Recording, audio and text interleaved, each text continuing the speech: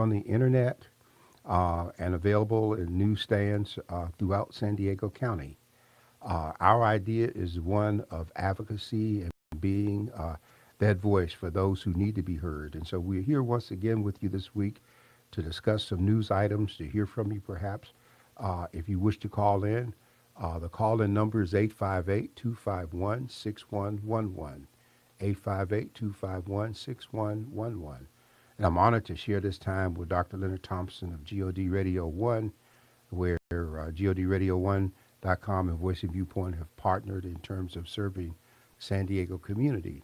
And so we urge you to tune in to GOD Radio 1 each day. It's got an array of programs, gospel music. You can download the app at no cost, and then you can hear it over your car radio as you're moving. They will wake you up in the morning at 6 o'clock. You can get on up. And it's an exciting place to tune in, and we should be supporting our own. When you consider some of the other stations that our people listen to with far right attitudes and comments and things, there's nothing like tuning into the one place in San Diego where we have a voice, because we have been able to do that for many, many years in this city. So here we are again this evening, and we got some things we want to lead off with, but I'd like to give Dr. Thompson a moment to say hello to us as we get started. Good morning, good evening, Dr. Warren. The days are definitely running together as we go forth to in this unique season. I don't know about you, but I am definitely preparing for the new year in 2021. I think that sometimes everybody's talking about 2020. Yeah. And when we started off the year, it was about 2020 vision, that we were going to be focused and things were going to be uniquely different. We're going to see clearer in 2020. And well, I believe that God is allowing us to see that he is yet still God, and that he is still yet in control, and that we're going to have to trust and depend on him in his last and evil days. And so I'm excited that we are moving forth with from the desk of the editor, and there's so much to talk about. I know that you wanted to share about your personal, because see, I was alive, I watched it, but I wasn't able to go to the Million Man March, and this is the 25th anniversary. Yes, it is. So let's talk about that. Let's kick off the night with, let's talk about the Million Man March. Well, I'd like to say that this week in the Voice and Viewpoint, which hits the internet and the newsstand tomorrow, we have a full page of remembrances and reflections on the Million Man March, including the pledge that was given at that time. I've watched the internet do some injustice to the history of the event. October 16th, 1995, I was in Washington, D.C. for that. I flew into D.C. on the 15th, since that's my home and I'm from there. And that morning, the next morning, I literally walked from Anacostia to the mall, which is about 5 miles, to be there. And you could see people before the sun came up assembling, and people were coming from all directions to D.C. by plane, by bus, walking, ride sharing, cars, any way you could think of, bicycles, motorcycles. They were descending on D.C. And I've shared many times that as you came out of the airport, if you were at one of the airports in D.C., whether it was Dulles or Washington National, and I remember I flew in initially to Newark and then transferred, in every gate that you looked at, you saw nothing but black men coming out the gates and merging into a single stream moving out of the airport. But what was also unique about it, not only that the 99% of the people getting off the planes were black, but that there was no noise as they walked down the walkway in the airport. All you heard was the footsteps, and it made it eerie to see hundreds of people not talking, not smoking, not cracking jokes, just moving like a single purpose of mind scenario. And I remember on Capitol Hill the next morning as I was walking toward the mall, there was a policeman standing in the street directing traffic, and he held the traffic up for a moment for the marchers to cross. and he was engulfed in this sea of blackness that just walked all around him, didn't touch him, didn't say anything. And so I'm glad this week a managing editor, Latanya, has a piece in the paper as well because she was living in D.C. at the time, and she went downtown, and of course she saw it from the standpoint of the people in D.C. not working, the government offices were closed, people were told to stay away, and there were many black women that were on the peripheral of it who understood that the march was for the brothers, and they didn't try to interfere, but they were there to be supportive of it. One of the big points I make, two major points I want to mention about that march as we reflect. At 5-year intervals, we went back to D.C., but nothing ever quite took the place of the first encounter. And the initial march was so important, Dr. Thompson, because it came 2 weeks after the acquittal of O.J. Simpson in the murder trial for his wife, Nicole Simpson. And following that verdict, which was divided in this country by color, whites wanted a conviction, blacks wanted an acquittal. And when the blacks got the acquittal, whites started talking up the kind of things they do for retaliation, getting angry, wanting to pick at black folks. And all of a sudden, this march brought an end to all of that because it was like, oh my God, they're organized. How did we miss this? And all of that visual and verbal animosity just kind of dissipated because they didn't know what was going to be next. But out of that, and this is important for the people doing the Black Lives Matter and the marches and demonstrations we have today, out of that came a blueprint for change, a blueprint for brotherhood. The day was selected because in the Jewish and Islamic or Muslim faiths, atonement is still a very important part of the whole forgiveness approach toward God. In Christianity, we have Christ, and so we don't do atonement, we do grace. And that was a factor for a lot of pastors initially not getting involved. And so a number of us who understood that the movement was greater than the division talked people into being there. The media tried to say there was less than 1 million people there. And I'm glad that Minister Farrakhan and the people, the organizing committee, that they had hired a Boston University group to do an aerial verification because it turns out that the number of people participating exceeded 1 million.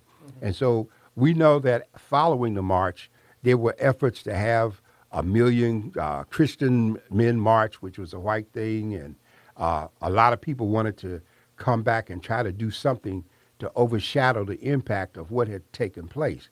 But the march was even more important than the 1963 March on Washington because it was the first time since the Klan marched down Constitution Avenue in the 1920s that there was an ethnically identifiable movement of people that didn't have sheets and hoods and a cross, and they were there in a collective fashion. So we talk about this in the paper this week. We want people not to forget this march. We want you to remember that the blueprint that was designed is still in operation.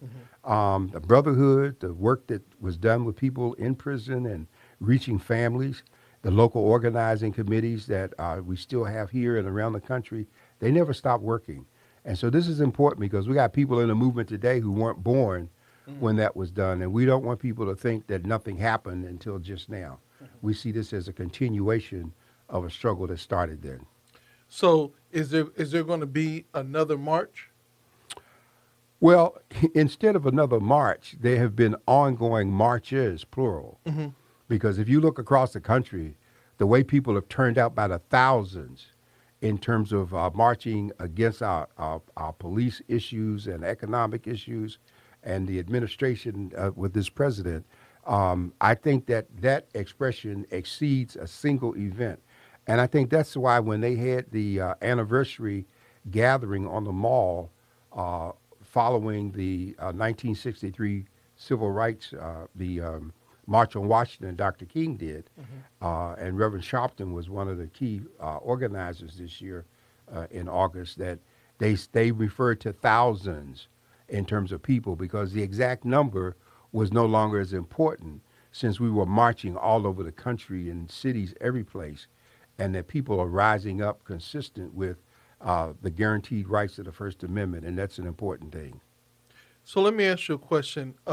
Currently, we are yet still in a pandemic. We're starting to see more and more states getting into that very dangerous area where beds are not being available in ICU. They say that the next 2 weeks are going to be the darkest days. The darkest days. Um, um, as we look at this and as we pay attention to the um, the protest and the change, how do we feel that we're going to be after the election? I'm concerned about after the election so far is racial unrest, civil unrest, as well as the pandemic going to an all new high. Well, I think after the election, we're going to have some issues either way. We anticipate and we hope that people will stay strong as they are voting by the millions now in preparation for the next 13 days so that we don't have the issues on election day that are designed to do voter suppression. We can see that there's fear based on things that are being done, like in the state of Florida, trying to deny people the ballot, even though the state has given permission for felons to vote. The governor wants to step in and say, if you have any unpaid fines, then you can't vote. Mhm. And obviously, most people who have served prison time that had fines connected have not paid off the thousands of dollars that probably went with the sentences that they got. And so we saw also in L.A. County today there was an effort to burn a ballot box. We see people putting signs on a pickup boxes saying out of order, and we have people moving the boxes to places of greater visibility. And so we find here in San Diego County, Hillcrest, there were some ballots found on the ground and people going in folks' boxes. Mhm. Fortunately, the technology has reached a point that the ballots can be tracked, identified, replaced, canceled out, just like a credit card where they didn't get into the hands of the people they were supposed to.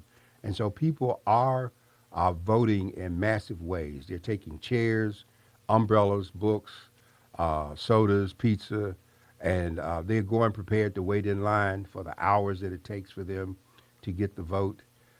We notice in Harris County, one of the most egregious situations, Harris County, Texas, is where um, um, Dallas is located, I believe. Excuse me. And we had a situation there where there are 3 million residents in Harris County.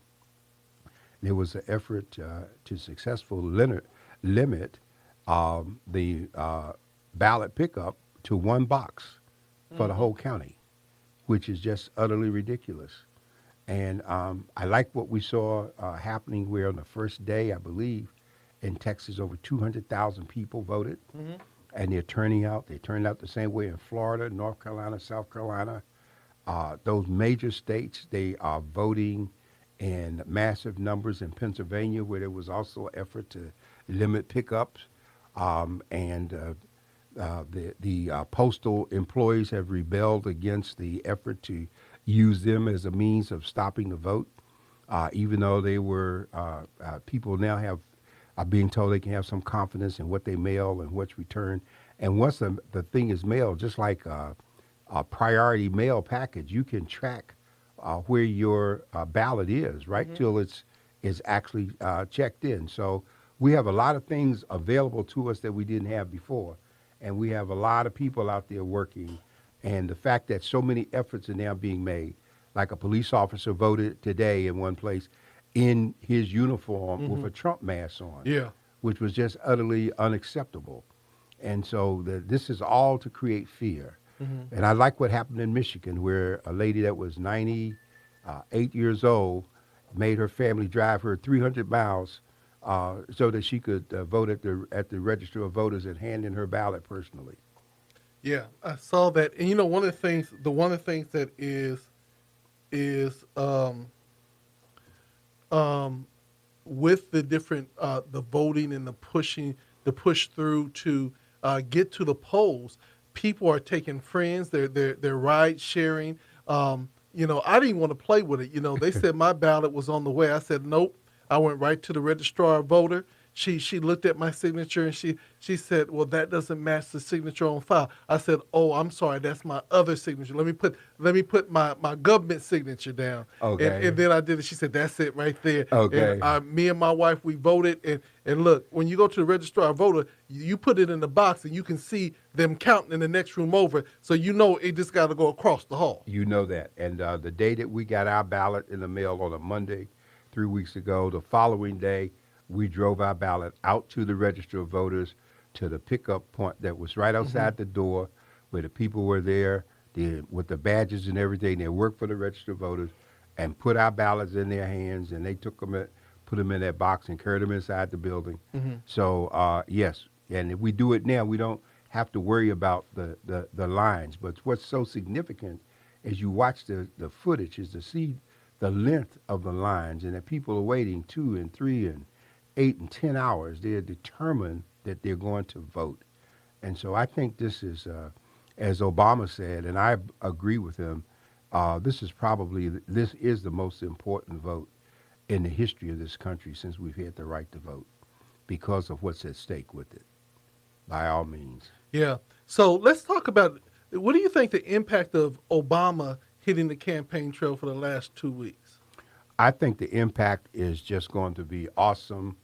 I watched him today in Philadelphia as he talked with the young people, and Obama is still so cool and down to earth that remember he was a community organizer in Chicago. He understands people. He talked about that how even with his election in 2008, we only got 60% of the black vote, and he was talking about just how awesome it would be if we were to turn out our vote in 80 to 90%. But what was important was that he gave the young people an opportunity to understand that, yeah, we know that you're distracted. You know, he was young once upon a time. Politics isn't the most important thing on your mind. But he showed them the connection between whatever issue was number one with them. He was able to bring it back around to the importance of the vote. Hmm. And so I think that those who were able to, who were marching and who were turned on to concerns out of George Floyd and all the other homicides that we've had, I think that we're going to see a change like we haven't seen before. So what we're talking about voting, but have you been keeping abreast of what they're talking about with Breonna Taylor now? Oh That they're doing yes. interviews now, and the police officers are starting to come out. I think that's as a police officer, I think he walking on the wild side, isn't he? Well, the Breonna Taylor situation is very interesting because the one thing in this country that is often quiet and secretive is the work of a grand jury. Hmm. And you go before a grand jury, if you are targeted and you come in, you can't take a lawyer in the room with you. Hmm. You're in there. The prosecutor is the moderator and the controlling factor. So Daniel Cameron did a beautiful job with his little speech when he was giving the results for the grand jury. But now we find out after the pressure was on. See, they did three interesting things in Kentucky. First, they settled the case before the grand jury report. Well, Hmm. that was a flag right there that something was coming. And they thought we're going to give you this $12 million and that's going to make it go away. That didn't work.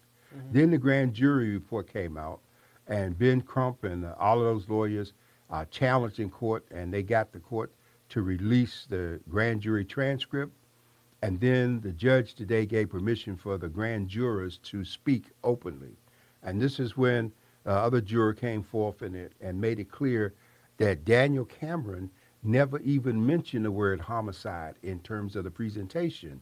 And the presentation that he made to the grand jury limited the scope of what the grand jury could rule on.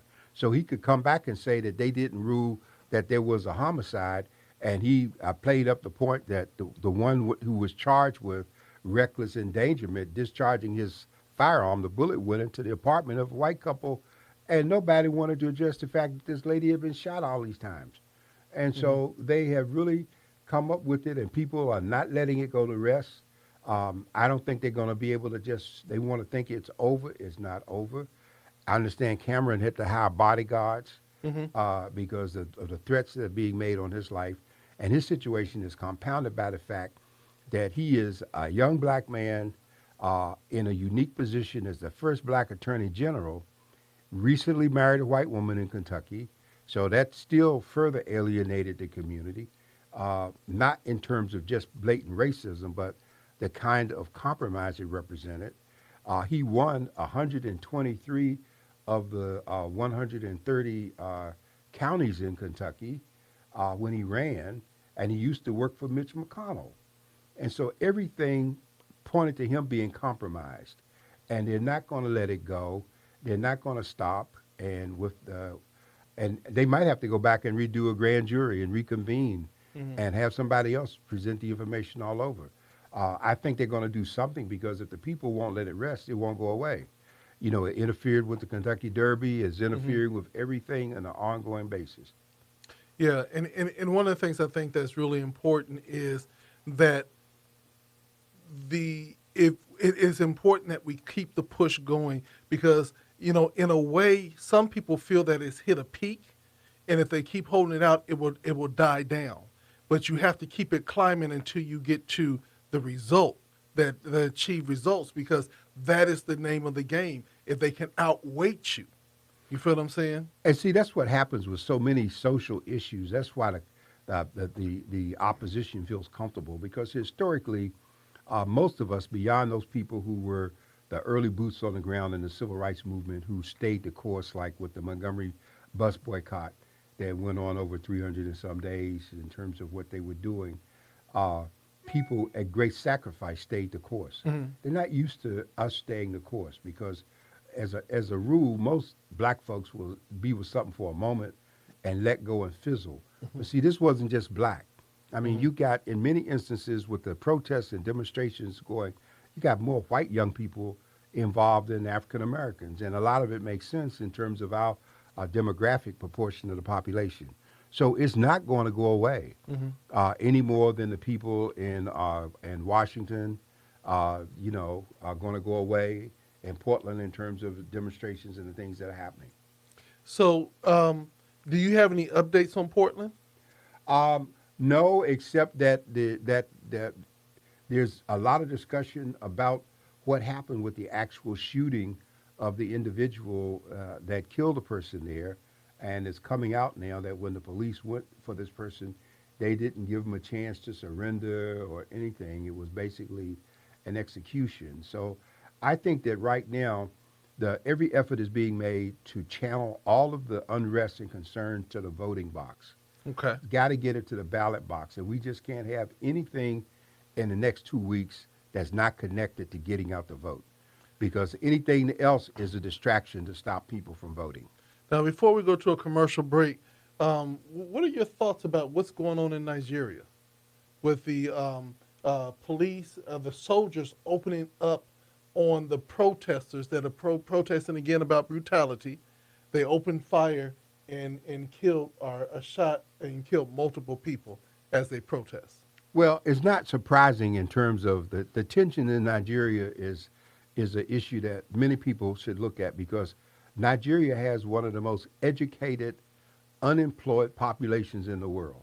Hmm. And then you have the issue of who's benefited from the oil and who hasn't benefited, and the power struggles that we had over there, the Boko Haram, and all of those elements that are at work.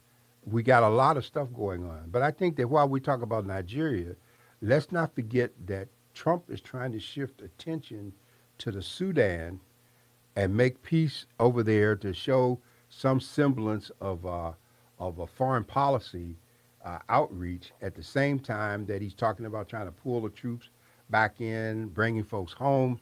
At the same time, he's been exposed as having bank accounts in China while he's speaking out against China, Hmm. and having Russian money behind the banks in Germany that Deutsche Bank has been giving him loans. Obama made a statement today. You know, he has a sense of humor. He said, "Can you imagine what would have happened when I was running for president in 2008 if it had been announced that I had a bank account in China, Hmm. $17 million?" Hmm. You know, it was like they would have just probably carried me out and lynched me. I wouldn't even got through the election. Hmm. But for Trump, it's nothing. Everything is okay. But we can't. When we come back, we got to deal with what happened in the past 3 hours. All right. Well, we're here from the desk of the editor with Dr. John Warren and Dr. LT. We'll be right back. This message is brought to you by the San Diego County Registrar of Voters, urging you to vote safer, San Diego. Make voting decisions and complete your mail-in ballot in the comfort and safety of your home. Remember to sign and date your envelope. Seal your completed ballot inside and return it by mail so it is received well before Election Day. No stamp needed. It is that easy. Track your ballot every step of the way by signing up for Where's My Ballot? Learn more at sdvote.com. Have you been looking for a place to find Sunday school literature and clergy supplies? How about faith-based greeting cards and gift ideas?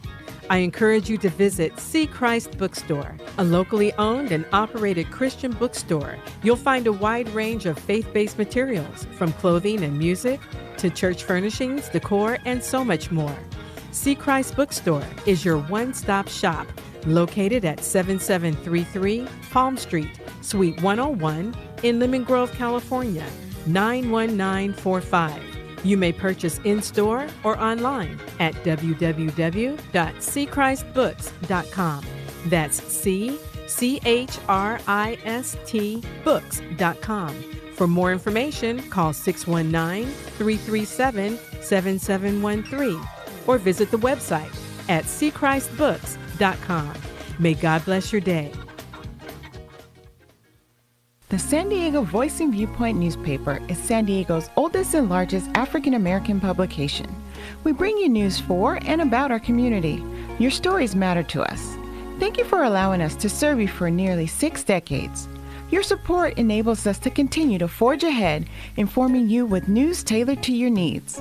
In addition to subscribing to our weekly publication, consider using Voice and Viewpoint to promote your business and events. Call us at 619-266-2233 or send an email to ads@sdvoice.info for details on how to get started. If you have advertising needs, contact us. Our prices are both fair and reasonable. Follow us on Facebook at www.facebook.com/Voice and Viewpoint or visit our website at www.sdvoice.info. Remember, a people without a voice cannot be heard.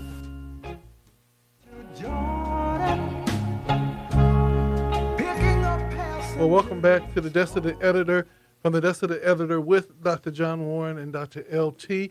We're here with you another Wednesday. Dr. Warren, we left off. You said you had something to share that was going to be extra special.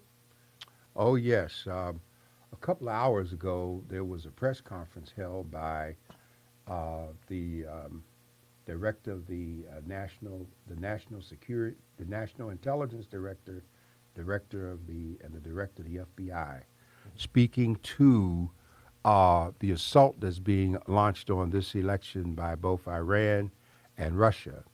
And what was so interesting is that while there was so much emphasis put on Iran stealing voter registration information, a lot of which just can be purchased online, and sending out fake emails, there was never any discussion of what the emails were or what they were saying, how they were targeted. There was a downplaying of Russia, even though they said they had information.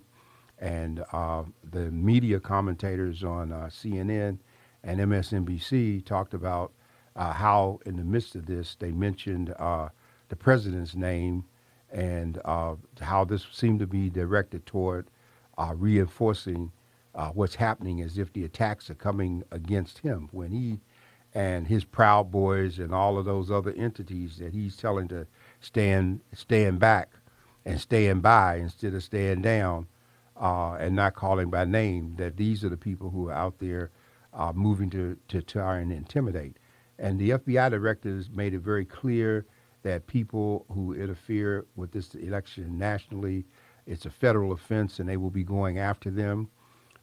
We know in Michigan, they had to do a directive that said, the governor issued a directive that said, since it's an open carry state, that no one could go near a polling site carrying weapons openly.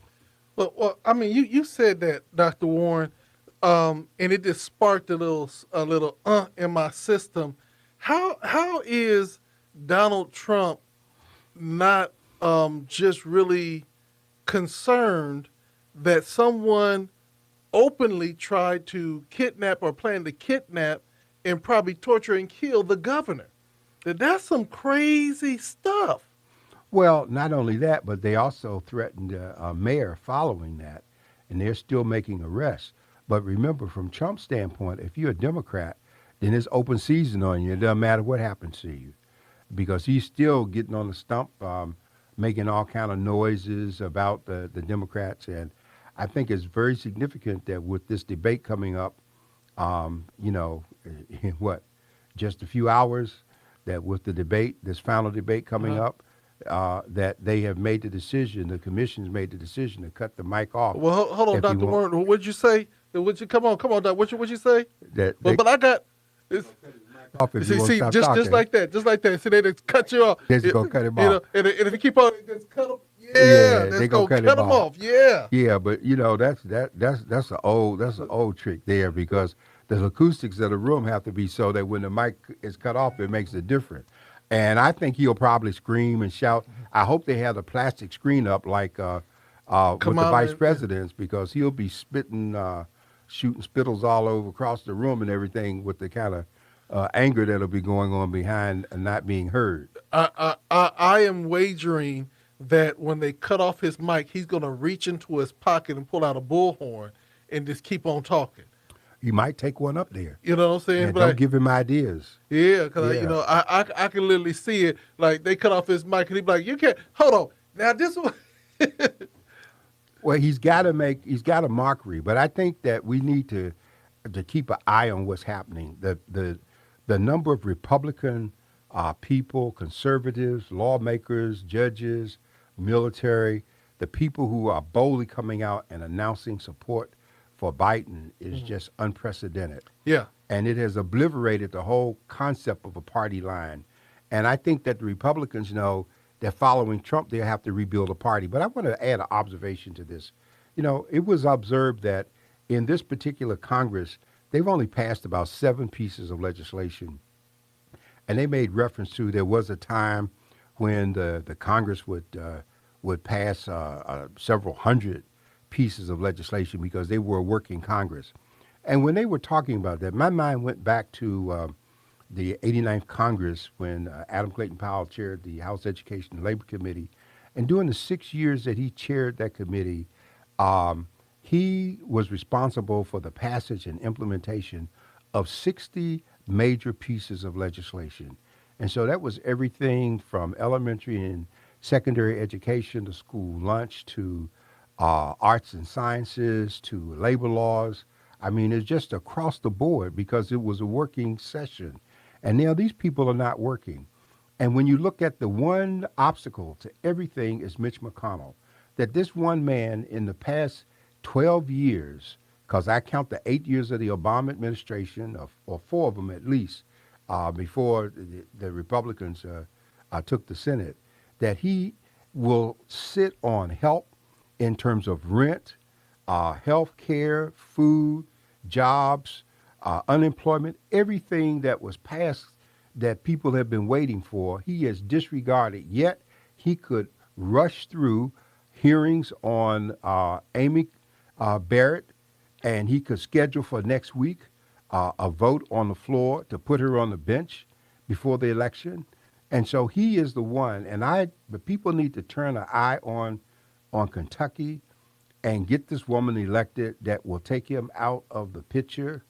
And if you don't get him out of the picture, we got enough young senators, some of them black, running in different states, that they must be put in the Senate to change the tide. We only need about 4 to switch it over so that the Democrats control the Senate. Slick Mitch. Yeah. You know, he has No, been his name is Moscow Mitch. Moscow Mitch. Okay. Yeah, because of the money that he took from Russia to do Okay. some building in Kentucky. And, you know, Kentucky is so poor in many areas in the backwoods. I worked for a Kentucky congressman for many years. He was like a Sergeant York. And they don't really care where the money comes from if they get help. Wow. And so Mitch, when he was doing the debate with the young lady that's running against him, when she started raising these issues about health care, pre-existing conditions and everything, he just sat there laughing and saying to the moderator, hey, go on to the next topic. Go on to the next. I mean, he is so confident that he's got it in the bag. And so he is the problem. We got an unholy trinity internally to bring down America. Donald Trump, William Barr, and Mitch McConnell. And these three people, for the first time in the history of this country, we have three people in positions that are powerful enough to almost neutralize the Constitution without us being able to do anything about it, without engaging in anarchy to bring about change. And word on the street is that they're immune from the COVID now because they all got it together. Well, we don't know that. I mean, there's no proof that there's the immunity. But as one observer made, that when Donald Trump is defeated and he leaves, that probably will be the next time that Melania leaves the White House, and that will be while she's carrying her bags to whatever new location she's going to move to. Yeah. I think that there's a lot of misinformation, and today there was just a barrage of emails sent out requesting money, but if you look where the money was going, it wasn't going to the candidates that they say it was going to. So I want to encourage people that if you guys are getting emails, unless you know for a fact that those emails are coming from a party that you registered for, you got to follow the money. Yes. Because the money is not always going to that candidate. It just looks like it is. That's right. And there's so many scams out there right now. Yes. And, you know, we are not any strangers to scams. Mm-hmm. I mean, we've had our share of them right here in San Diego. Mm-hmm. Every time in the past 30 years that the Voice and Viewpoint tried to do something to help someone, this was before the internet came along, like when we were trying to help raise money for Lenore Flowers to get a heart transplant, which we did end up raising over $80,000 for her to get it. But from the day that we started making the pitch, people showed up on corners with cans saying they were collecting money for it. And so whatever was identified as an issue, people would run out to try and steal from that. You know, if they'll steal packages from your porch, if they'll steal a person's motorized wheelchair when they know they needed to get around, I mean, there's no limit to what folks will do. Yeah. And this campaign is bringing out the worst in most of them. Yeah, I want to say that we're going to go, because I want to talk about some of the voter things, and so I want to pull up the voter guide that you have put together for this election. I'm going to zoom in on that, and I'm going to end off tonight with a vision. I'm going to end off with a vision, but can we get to the voters right now? Sure. Let's look at this once again. Okay. And we have a number of people here, and I like to go down that list because it's a very significant list, and there's some changes that have occurred with some of the people who are there. Now, we know that we are supporting the president, Joe Biden, Kamala Harris for vice president, and we also want to keep in mind that with the election of these two, we're going to have a Senate vacancy in California, and the governor is going to be empowered to appoint someone to that seat. And so we want that to be a person of color. We want to keep that in mind. We got a real war going on in the 50th district, where we have endorsed Amar Kempa Najjar over Darrell Issa. So I gotta throw a flag on the play on this one. Okay. The attack ads are just downright nasty. Yes, they have accelerated, and I would think at this point, Issa is losing on the attack ads. He went after Kempa Najjar first, questioning him having support from people like Bernie Sanders, calling him a socialist, and talking about his business. And Kempa Najjar never said he was a wealthy businessman. Yeah, Issa was the millionaire. He's the one that invented the Viper and had all of the money. But they came back with the charges, the arrest, the theft, the criminal activity for him. And, I mean, it really did not look good. Yeah, and the mudslinging over for that seat right there, you know, I think some folks is going to jump out their first floor window because they don't want him to win, but the reality is he would be best for that district. Well, let's think about why they want him to win, okay? because this is a rural white conservative district that was dominated by the hunters, both father and son, for a whole lot of years. And East County is where most of the Chaldean community has settled as they've come here because the climate and everything out there in the landscape is so much like Iraq in terms of home. And so they own businesses all over the place. Yeah. And so he is Chaldean, but they are Christian Chaldeans, all right? And so those people don't want to see. That's why Darrell Issa could come from North County to El Cajon to get on the ballot, because that was their last effort to get a white person in. And then we saw a Republican called DeMaio made an effort, but he couldn't survive the primary. And so we get to him later when you look at him going now after Todd Gloria with all kinds of charges of him being voting for child endangerment. And so we still have Juan Vargas, who appears to be relatively safe, and he extends from here down to El Centro in the Imperial Valley. Scott Peters is there. Scott Peters is a very interesting person. He's a former port commissioner. He's a former environmental attorney, and he really has a heart for not just his district, but for San Diego. Even though his district is Point Loma, La Jolla, he has really been a friend to Voice and Viewpoint in our community. I've met with him several times here in California, as well as his office in Washington in terms of issues of concern. And I believe that he's going to be one of our future mayoral candidates, but not for this cycle. Let me ask you about Sarah Jacobs. You endorsed her, and my question comes in, because I've been watching commercials and everything. Is she going to truly serve and represent our community at the level that we want her to? And what does she have to do to truly gain our support in the future? Well, of all my years in politics and decisions, this is probably the one endorsement that if I had to do it over again, I wouldn't do.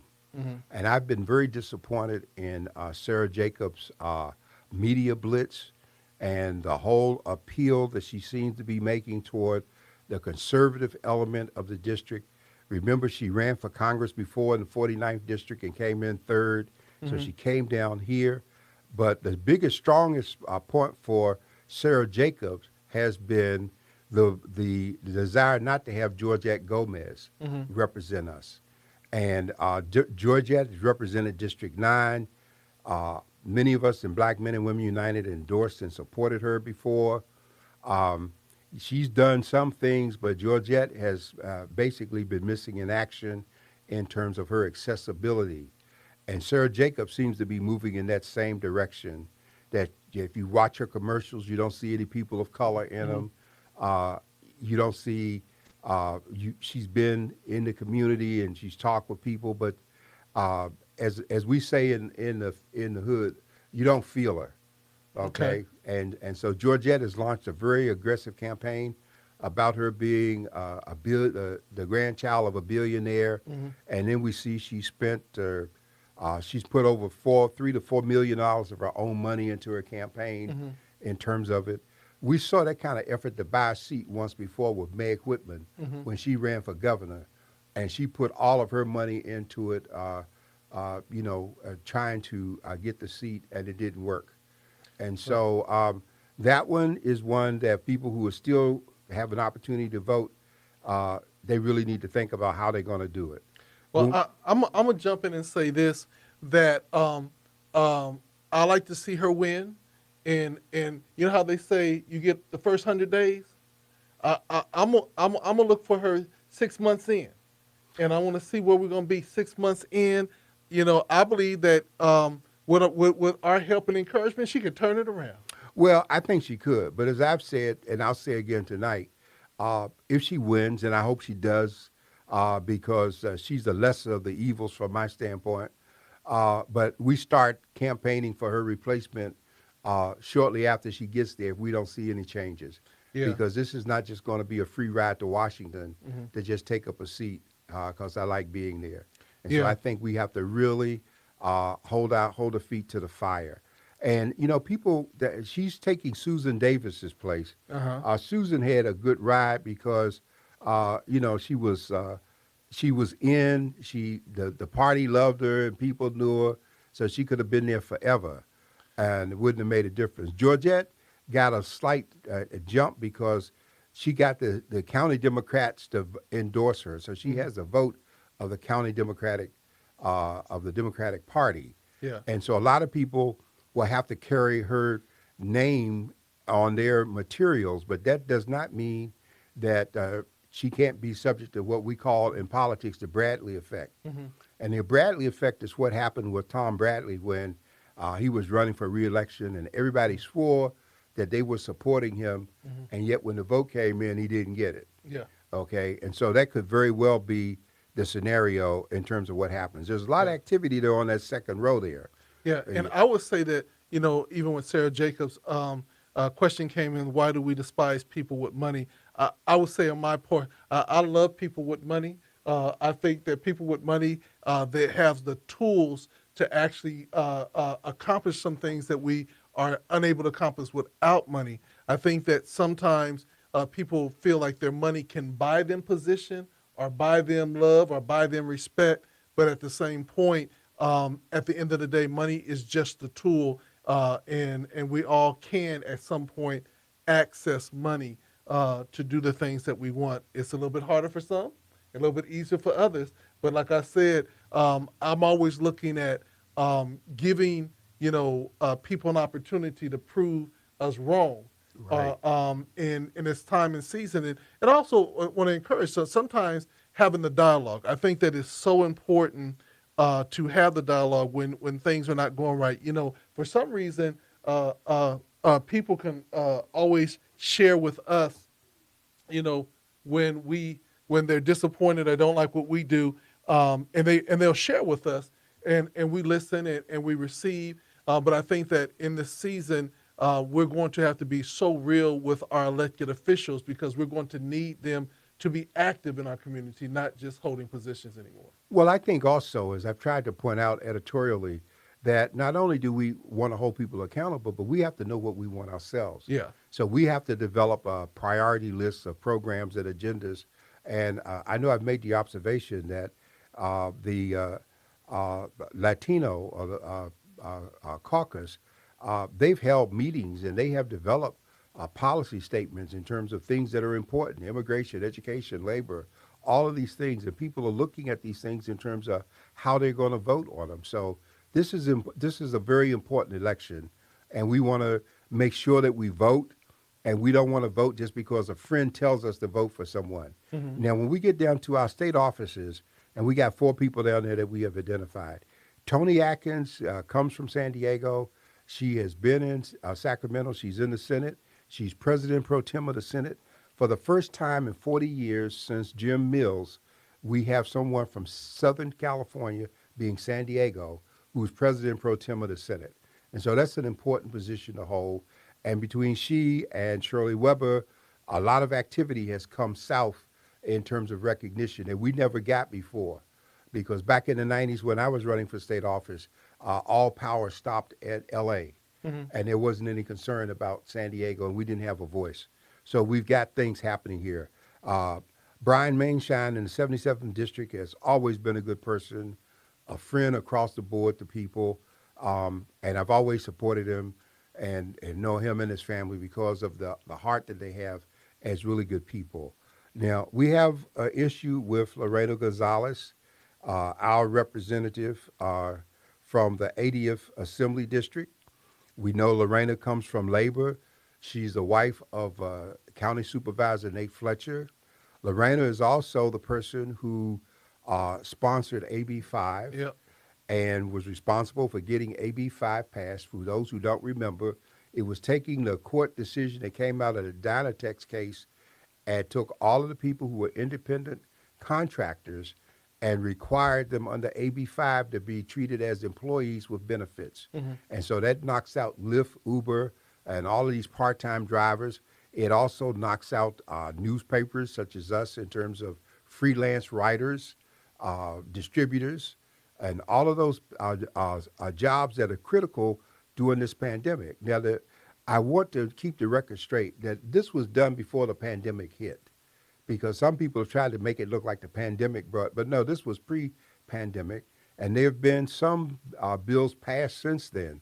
But we have a proposition on there on the ballot, I believe it's Proposition 22, that if it passes, it will override AB 5, and we will be back to people being able to do these things without that threat. Yet she has brought a lot of good in terms of what she's done for the district and for the state. And so we go with those we know when they are doing something worthwhile. When we move over into the county, Tim Nader's the same. He was a former councilman from National City. He's always been on the side of the people. He's a district attorney, a deputy district attorney who is running for a judgeship in Office 30, and we think that he would be a good addition to the bench. We got Nora Vargas running to replace Craig Cox on the Board of Supervisors, and we know that Nora Vargas was the former president of the Southwestern Community College District. She's running against Ben Huesos, state senator, and Huesos has had a number of years between the Assembly and the Senate. He does not have the greatest track record, and we really feel that she will bring a fresh approach to that position. Next to her, we have Steve Voss, who is the mayor of Poway, a very good person. He's running to take the place of Diane Jacobs, and that district is such that with Diane's endorsement, it's pretty hard for anybody to do anything different. But he's a good person, and I believe that the two of them will bring a sensitivity to concerns that are not always heard on the board. And then we have the last person there, which is Terry Lawson Reamer, not well known personally, but she's there because she's running against Gaspar, and Gaspar is a Trumper to the nth degree, who stands with Donald Trump on everything and anything. And anybody who gives us an alternative to that philosophy is worth being considered. So those are the people that are on the ballot. They might not be on your ballot depending on where you live, which part of the state you live in or the county. And so you have to go with what you have in terms of looking at it. When we get to our propositions, we're in some very important space here on the state ballot. We have Proposition 14, which we're saying yes to, and it's a $5.5 million bond. It involves medical research and it's stem cells and looks at strokes and epilepsy and Parkinson's and the things that many of our people suffer from. And so we need the relief where we can get it. Proposition 15 deals with taxes. We don't think we ought to have any new taxes in a time when we have so many people unemployed. San Diego has a $12 billion loss in terms of business from tourism, education, and the service industry as a result of this virus. So we don't need additional taxes coming after. Proposition 16. Let me ask you this question. Yes. What is the scuttlebutt about the state president of the NAACP supporting certain props or getting a big chunk of money to support props? Well, I think there's going to be a press conference tomorrow by some people here dealing with that issue. Alice Huffman, the state president, yes, she did take a lot of money, and she's doing a number of propositions. She has a very good ad that she's doing against Prop 15 in terms of its impact on black businesses. But at the end of the day, she took money with her consulting business, and she put out a Minority View little tabloid that she then mailed to all of the known registered voters in the state. And she bypassed the community papers and other entities. Fortunately, there were other people that are involved in making their positions known. She is a supporter of affirmative action, Prop 16, which overturns 209, which brought the end to what limited affirmative action we had. And so Dr. Weber has been a very vocal and distinguished voice in terms of Prop 16. Prop 17 is a voting rights piece, and it talks about making sure that people who are on parole have an opportunity to vote. Many have served a designated period of time. They remain on parole, but they've been denied the vote, and yet the vote has been given to ex-felons who are not on parole. So that represents the opening of a door. Prop 18 will bring youthful voters into the picture, 17, 18 years old.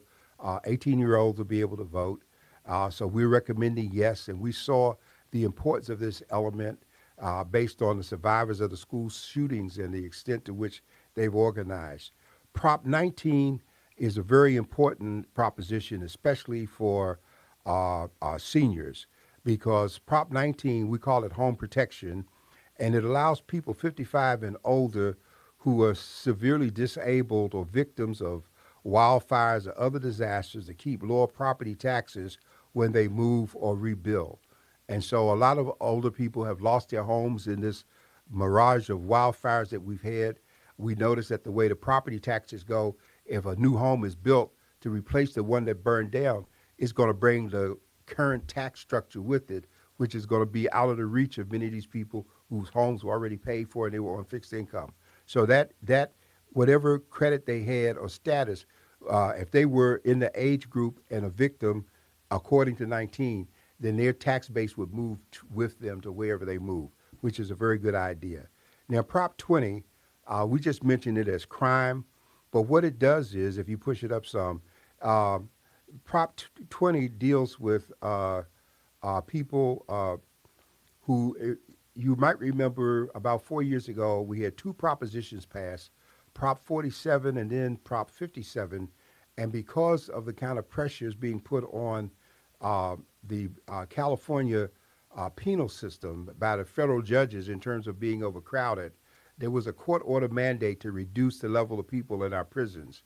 And so what happened was the propositions decriminalized some felonies and brought them down, like the marijuana or the drug, carrying so many ounces of drugs. That became a misdemeanor. And then there were shifts to put people back in county jails as opposed to state prisons. And so this here would go back and take some of the things that were moved to misdemeanors under Prop 47 and 57 and reclassify them as felonies for the purposes of restoring felony sentences for those things that they would do. Prop 21 is a rent control issue, and this is another tricky one, and I keep talking about this because you got to look at who's supporting these things. You know, the California Association of Realtors, all of these people are telling you that rental boards are going to be created and people are going to come to control your homes. Well, let's look at why we have this rent control. And it was tried 2 years ago in an election when it was Prop 10, and the monies came out of the woodwork and defeated it. As you will recall, when we had the housing bubble collapse, we had a situation where people lost their homes by the thousands. Many of these homes were bought by investors, and the investors turned around and rented the homes back to the people who had once owned them. Once they rented them back to them, knowing that people would do whatever they could to continue to live at the level that they were in what they owned, then they were free to raise the rents many times higher than the actual mortgages. So this would bring family dwellings under the control of rental boards that would be created to make sure that those things didn't happen again. And so for this reason, the real estate people would be against it. But the people who are the renters, they ought to be looking at it, and they ought to be in favor of it. And when you see a proposition, look at whose money is behind the proposition. Look at the ad and what's at the bottom of it, and that'll tell you whether or not it's in your interest. That was 21, right? Proposition yes. 22, employment. And I believe that's the one I just mentioned that would make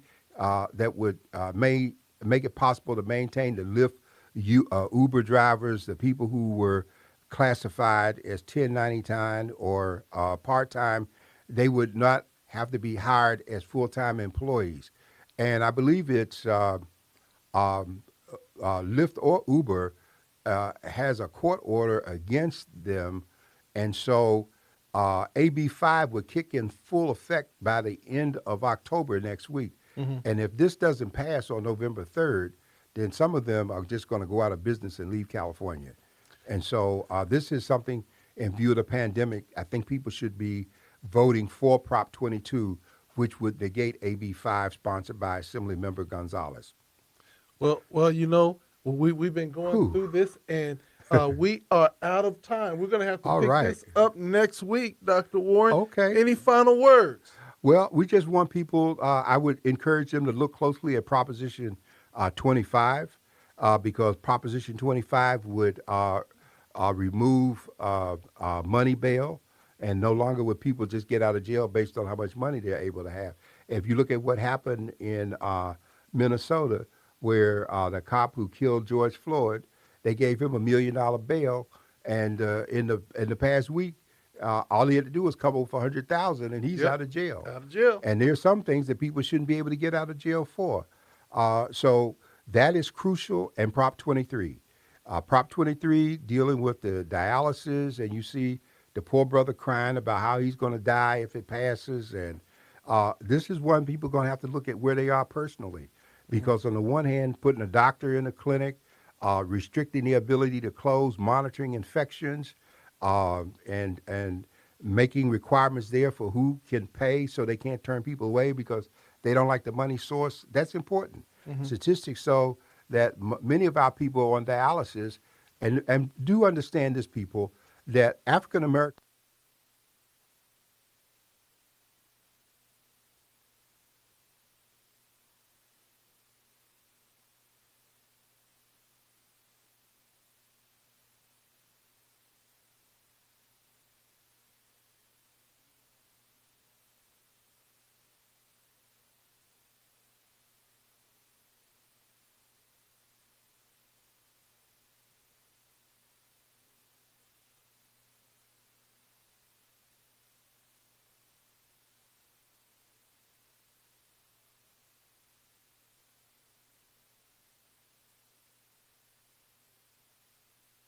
and Temecula. And so well, we're partnering with the Register of Voters to keep the word out there. We got a list of official drop-off sites for your ballot, and there's not much more we can do except get you to vote. And I want to thank you, Dr. Thompson, because we just need to keep pointing this information out and pouring it at our people and hoping that they will take advantage of it and we'll have some success.